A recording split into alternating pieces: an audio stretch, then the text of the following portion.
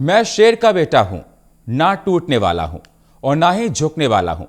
बिहार को विकसित बनाने के लिए अपने सिर पर कफन बांधकर निकला हूं। ये बात लोक जनशक्ति पार्टी रामविलास के राष्ट्रीय अध्यक्ष और सांसद चिराग पासवान ने हाजीपुर में कही। पूरे बिहार में संकल्प महासभा के कार्यक्रम के दौरान मंगलवार को चिराग पासवान ने ऐतिहासिक अक्षयवट राय स्टेडियम में कार्यकर्ताओं की भारी भीड़ को संबोधित किया। कार्यक्रम में उपस्थित लोगों को संबोधित करते हुए चिराग पासवान ने कहा कि किसी और जिले में राजनीतिक सभा को संबोधित करना और हाजीपुर में कार्यक्रम के संबोधन में बहुत अंतर है। इस भूमि को मेरे पिता और नेता स्वर्गीय रामविलास पासवान ने अपनी मां का दर्जा दिया है।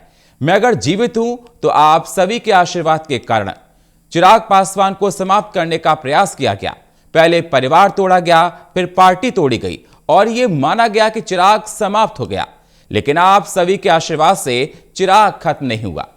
जब मैं सबसे ज्यादा कमजोर था तो आपने आशीर्वाद देकर मुझे बेटा बनाया। सभा में कार्यकर्ताओं की भारी भीड़ को देख गदगद हुए चिराग पासवान ने कहा कि आज 16 जनवरी को हाजीपुर की धरती ने विजय का शंखनाद कर दिया है।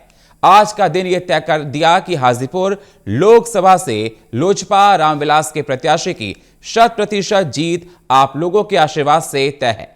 मैं उस सपने को साकार करने के लिए निकला हूं, जिस सपने को पूरा करने में मेरे पिता और नेता ने पूरा जीवन समर्पित कर दिया। बिहार और बिहारियों को विकास की राह से जोड़ने के लिए उन्हें पूरा जीवन लगा दिया। चिराग पासवान ने आरोप लगाते हुए कहा कि बिहार सरकार और पूर्व की सरकारों ने आप लोगों के बीच की गई और मत लेने का काम तो किया, लेकिन उन्होंने बिहार को आगे ले जाने के लिए कोई विकास कार्य करना जरूरी नहीं समझा।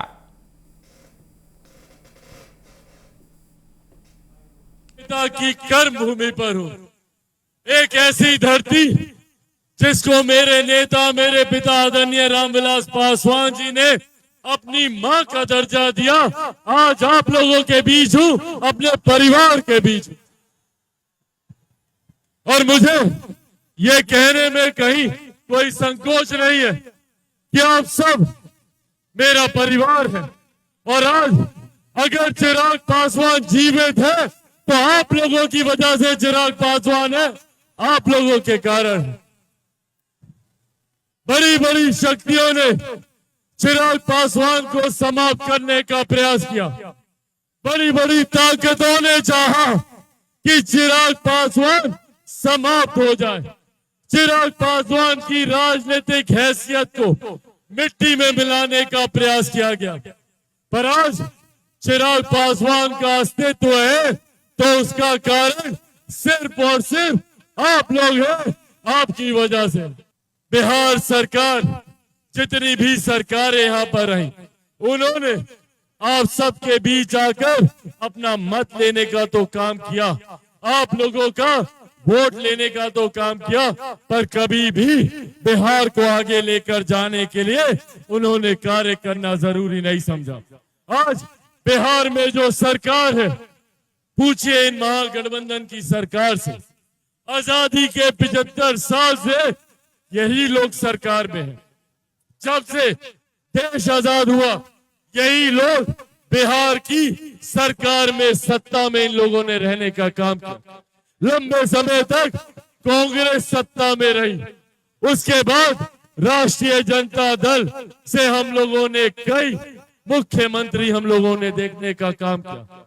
और लगभग पिछले 2 दशक से, लगभग पिछले 20 साल से मौजूदा मुख्यमंत्री नीतीश कुमार जी को हम लोग देखते आ रहे। इतना लंबा समय बिहार के लोगों ने इन महागठबंधन के घटक दलों को देने का काम किया, पर उसके बावजूद आज भी बिहार पिछड़ा प्रदेश कहलाता है।